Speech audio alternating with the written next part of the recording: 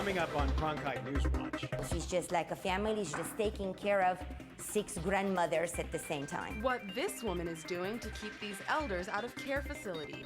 Plus, I try to imagine me being there witnessing what they witnessed and what they told me. keeping the memories of a dark period in history alive. And giving more than your morning coffee. What this cafe is doing to keep people off the street. In-depth, insightful, innovative. Cronkite NewsWatch starts right now. Good evening and welcome to Cronkite NewsWatch. I'm Zara Tallier. I'm Shane Dwyer. Thanks for joining us tonight. Davis-Monthan Air Force Base plans to retire the A-10 Warthog, which has been flying from Tucson for over 40 years. But if lawmakers have it their way, it won't be leaving anytime soon. Reporter Mackenzie Scott is live from our Washington, D.C. bureau with more. Mackenzie? The A-10 Warthog may be slow and ugly, but it's also been called the finest close air support weapon in history. And today, lawmakers, including 2 from Arizona, gave their support for this beloved weapon. People say, why would we divest when it's such a good close air support system? But this is exactly what the Air Force plans to do. The Air Force is planning to phase out the A-10s between 2015 and 2019 and replace them with F-35s. Senator John McCain says there is no need to replace a great fighter jet with one that will be so costly. So we are going to do away with the finest close air support weapon in history, and we are then going to have some kind of nebulous idea of a replacement with an airplane that costs at least 10 times as much, and the cost is still growing, of the F-35. That's ridiculous. Speakers also said that other fighters won't be able to fly as low and slow as the A-10 Warthog. But the argument for phasing out the plane that's been flying for over 40 years is that it will be hard and costly to take care of. Barber says that although he's excited to see the F-35 in Tucson, he doesn't believe it will be replacing the A-10 anytime soon. We have had so many difficulties getting the F-35 flying properly. Cost overruns have been outrageous. Since we've missed so many deadlines, I think it's hard to predict when it will be available to replace anything, let alone the A-10. Barber told me that the base supplies more than $1.4 billion per year to Pima County, which could hurt if the A-10s retire. Live from the nation's capital, Mackenzie Scott, Cronkite News. Also from our Washington bureau this evening, one Peoria woman's passion for helping crime victims gets federal recognition. Jamie Balson was awarded the Crime Victims' Rights Award by the U.S. Department of Justice. To me, it's anything special. It's doing what's right. It's helping people who were the center of the crime. And a lot of times, especially in the legal process, that's forgotten. Balson was selected for the honor after she developed a training program in Arizona to help victims from the moment the crime happens throughout the legal process. It's forgotten that these are the people the crime happened to, and they're the people who should be the center of it. But really, we end up hearing about the defendants more often than not. Balson also dedicates a significant amount of her time working with domestic violence survivors throughout shelters and agencies in Arizona. Today, Arizona Secretary of State Ken Bennett filed his nomination petition to run for governor. Bennett didn't have far to walk in order to file his papers. He says his goals are to grow the economy and have the best education system. Other candidates have announced they're running for governor, including Republican Scott Smith and Christine Jones and Democrat Fred Duvall. But Bennett is the first to officially file. Arizona is one of only 2 states that are finally seeing home foreclosure rates drop to about 1% of all homes. That's according to new research, and Tara Molina found out what it means for homeowners and those looking to move here to the Valley. A plunge in Phoenix foreclosure rates may not please fans of property wars. Phoenix, Arizona is America's largest battleground for real estate auctions. 36,000. Go another 100. But the drop means great things for the city. It tells us that people are paying their mortgages. And really what that means for business is that for businesses, we're back. We're employing people, people are finding jobs, and we're starting to really recover. And the numbers show a recovery over the past 5 years. This is one of about 1,400 foreclosed homes listed in Maricopa County this month. A huge drop from back in 2009 when there were over 10,000 foreclosed homes listed here. From like 2009, 2010, 2011, you really had prices that were starting to plummet.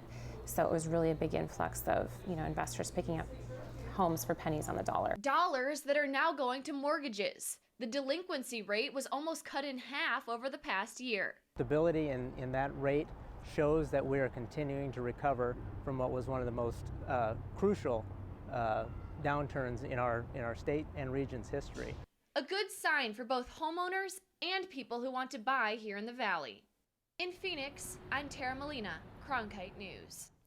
Now, 5 years ago, Phoenix had the second highest rate of foreclosures in the country. It now sits 17th in those rankings. Is carne asada on the menu this weekend? What about meatloaf? Get ready to slice more money out of your wallet. The price of meat has skyrocketed, and Cronkite News reporter Juan Magana tells us why this doesn't cut it for local butchers. How you doing today?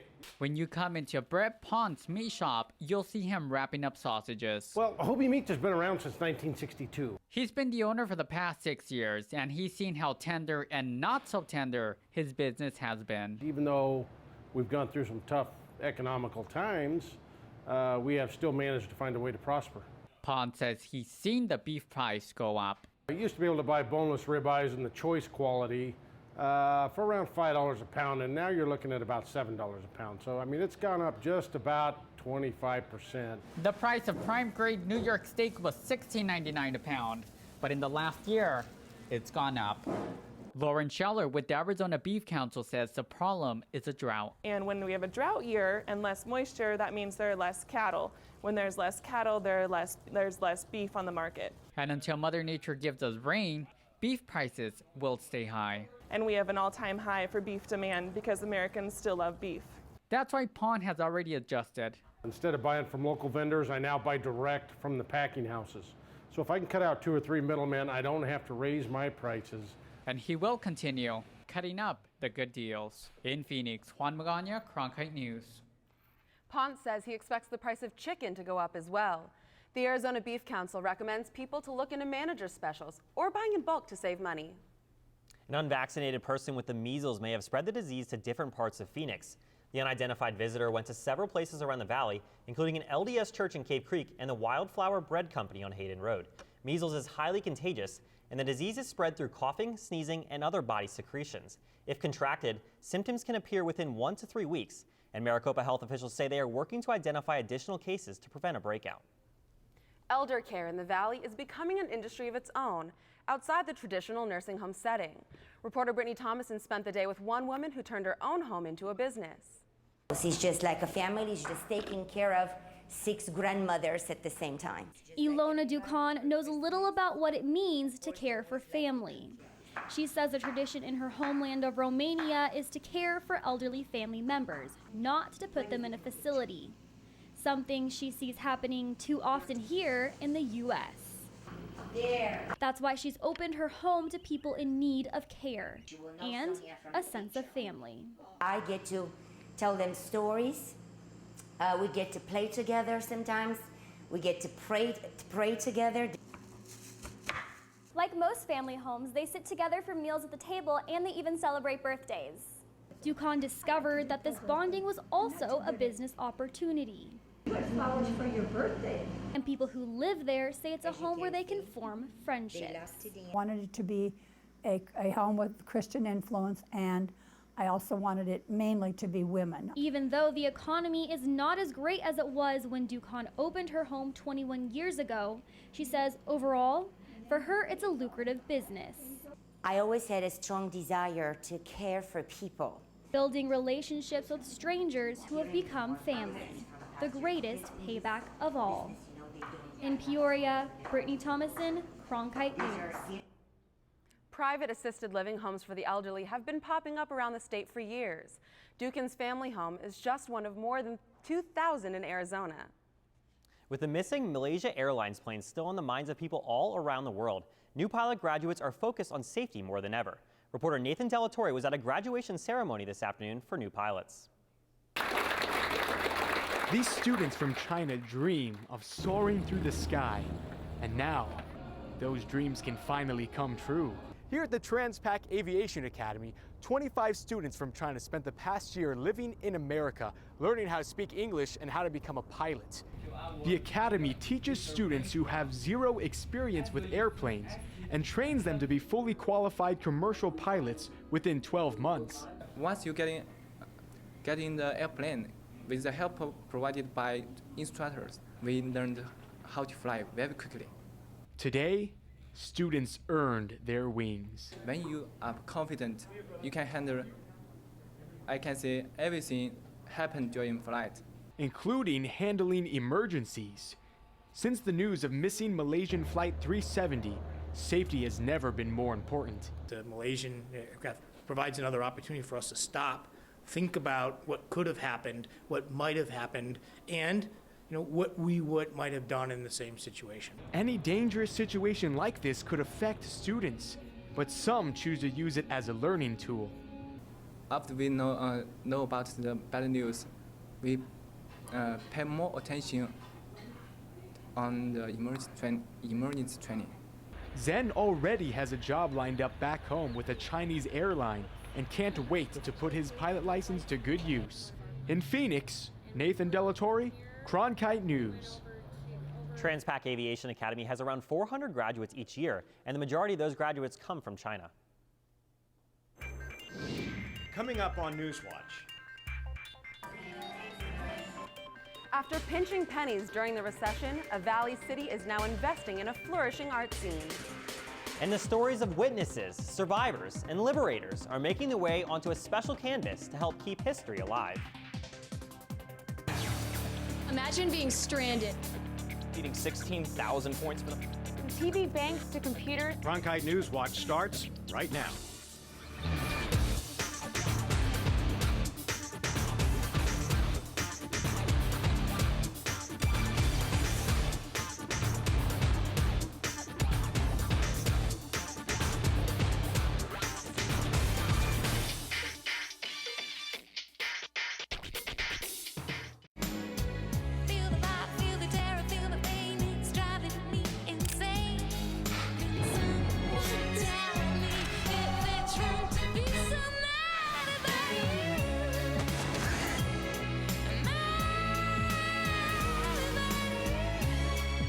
Kiss me. That's my kind of man. You've been creating quite a stir.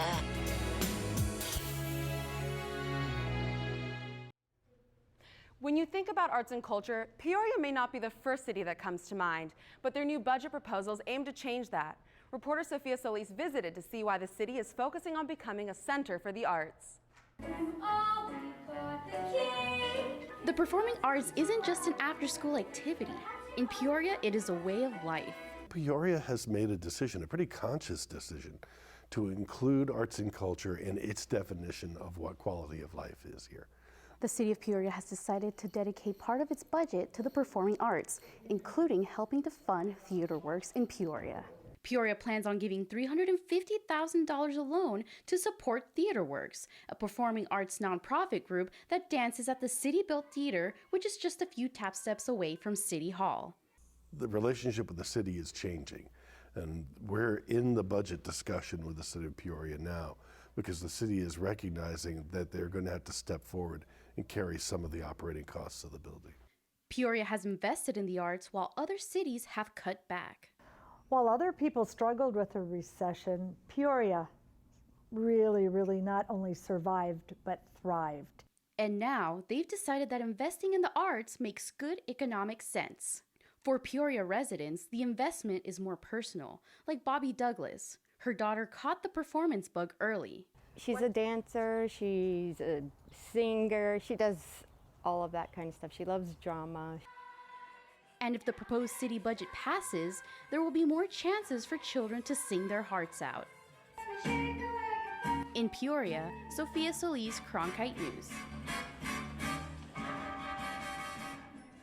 The vote on the city budget is scheduled for April 22nd. The city deputy manager says it has a good chance of being approved. One of the darkest chapters in history has inspired a Valley artist to capture the stories of its victims and survivors. As reporter Vivian Padilla tells us, it's this man's mission to not let anyone forget the past. This guy escaped from Auschwitz. He was a survivor. The Holocaust ended nearly 7 decades ago, but the horrors of that history are still alive for the artist's son of a man who lost everything. And he said, "You probably won't understand this, but my whole family was murdered." But Robert Sutz is trying to understand what his father went through, and he wants others to know too, through these. I had to do something to remind the future generations, present generations, future generations, that the Holocaust happened. So Sutz turned to art. He asked concentration camp survivors and liberators to sit in this old dental chair. Then he took molds of their faces to create what he calls the life mask. I try to imagine me being there, witnessing what they witnessed and what they told me. I start painting.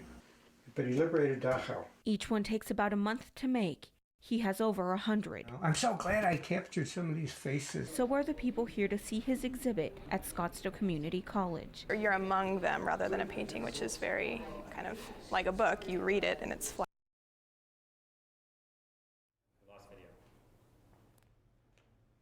The collection is part of Genocide Awareness Week, and you can see it at Scottsdale Community College through Saturday.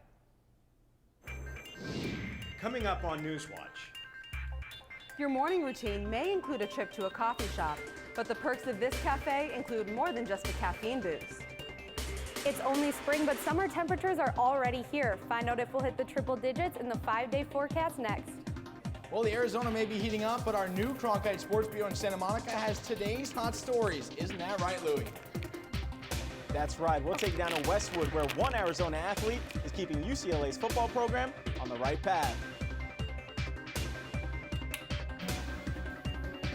NewsWatch is one of the really big things I will always remember for the rest of my life. You're lugging around all of your equipment, you are doing all of the work, and that's what makes it so fulfilling to me. Being an anchor, I think it's a privilege. I enjoy every moment of it. Seeing your show on air, it is one of the most surreal feelings ever.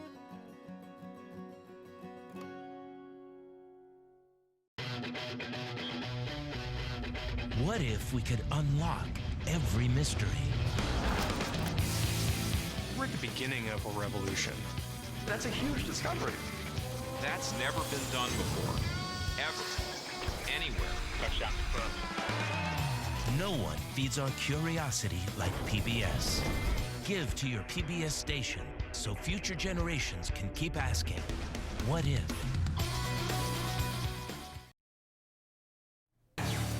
Imagine being stranded. Feeding 16,000 points for the... From TV banks to computers. Cronkite NewsWatch starts right now.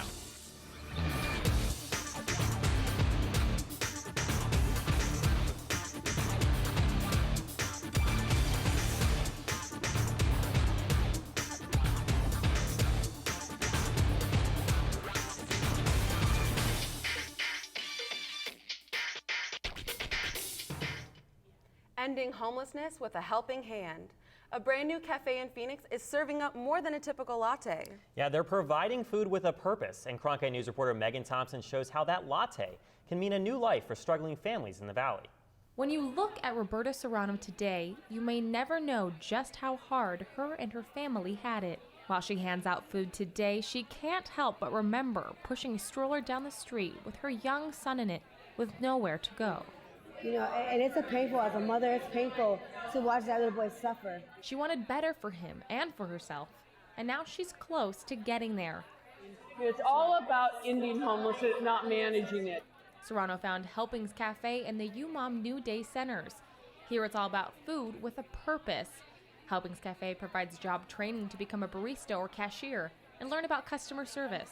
Some have never been employed, some of them have not finished their high school diploma, they don't have good work history, and those are the things that we work on individually with them. And along with job training, there's also a grocery store. Now these shelves may be empty now, but come Monday they'll be full of fresh food, giving everyone access to healthy options. Mayor Greg Stanton says not only is this good for the people involved, but the city of Phoenix as a whole. Boy, look, first off, the cafe itself, it's beautiful.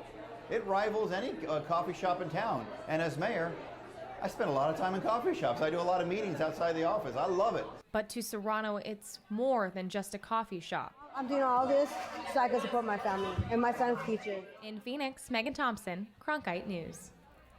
Helping Hands will officially open its doors to the public on Monday. And Shane, they say they hope the crowd is just as big every day as it was today. Zara, it's such a great project that they're doing. Now, here's something you don't see every day: dogs in boats. These dogs got to go for a ride earlier this week after flood waters left them trapped. Most of the dogs were chained and unable to swim to safety. These floods were the result of some very severe weather that has been hitting the south in places like Birmingham, as you see here. And taking a closer look at the area, you can see it's pretty calm and quiet down there right now, and it will be for the next few days, with the exception of this light storm system. That'll bring a little bit of rain, and it's important to note that it's just the beginning of tornado season, so there will be a lot more flooding and severe weather where that came from. But of course, we don't worry about that here in Arizona. We just worry about warm temperatures. They're at 92 right now in Tucson, 78 in Prescott, and 78 in Yuma. And here in Phoenix, we're at a very warm 97 degrees. Now we're just 3 degrees short of those triple-digit temperatures, but we will be there soon enough. But it's not going to be tonight. As you can see, we're going to cool off to about 68 degrees here in Phoenix, which is still pretty warm for a low temperature. They'll be at 64 in Tucson, 71 in Yuma, and in Bullhead City. And taking a look at our 5-day forecast, you can see that we have a pretty warm week ahead of us. Tomorrow we're going to have a high of 97 degrees. Saturday and Sunday will be at highs of 90 degrees. And as we head into early next week, the warm trend will continue with a high of 91 on Monday and 94 on Tuesday with just some clouds. That's it for your Cronkite weather. I'm Lauren Wells.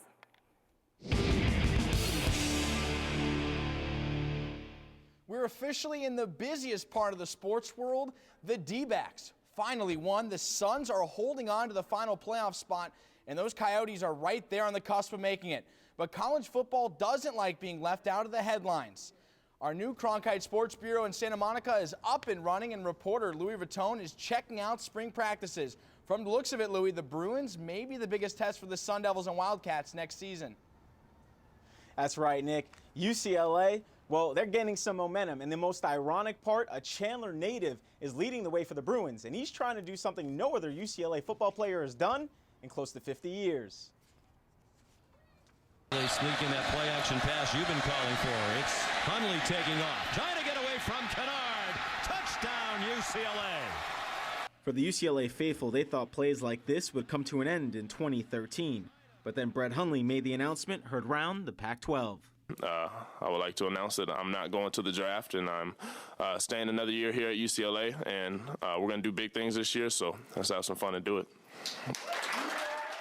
And the fun for the Chandler native stems from taking the field with 4 other players from the Valley, especially Paul Perkins, a childhood friend. Yeah, Brett was the first person I called.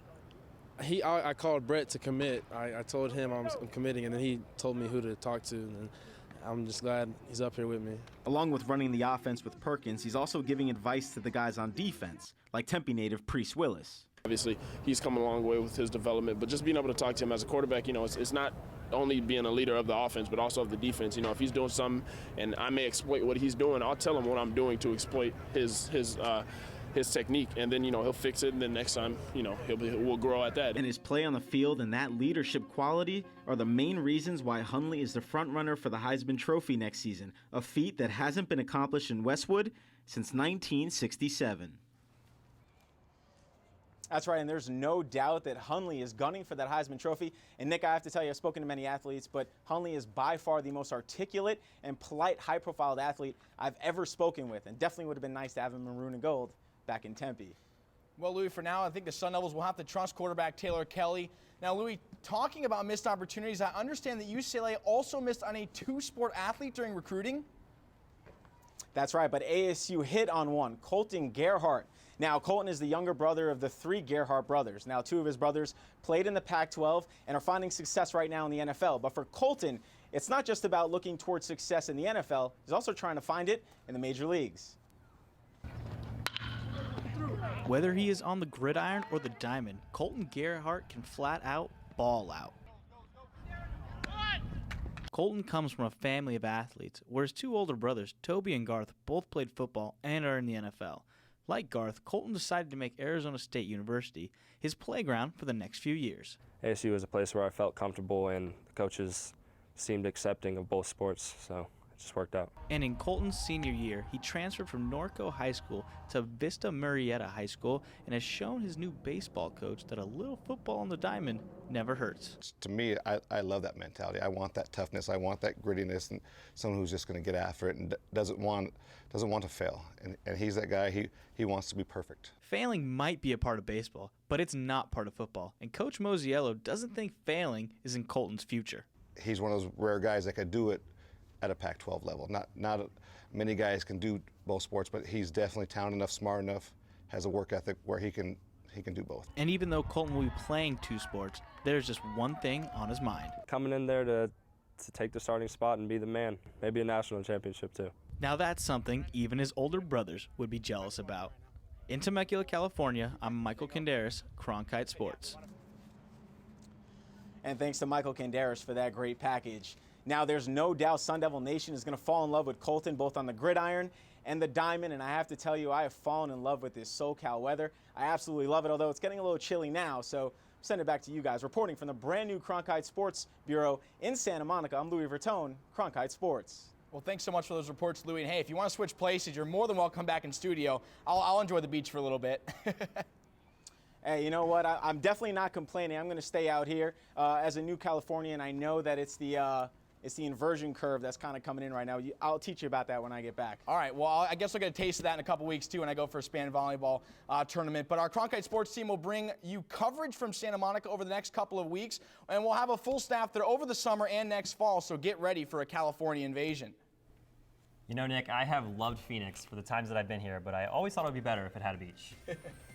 Well, that's it for Cronkite News Watch tonight. Thanks for joining us. Have a great night.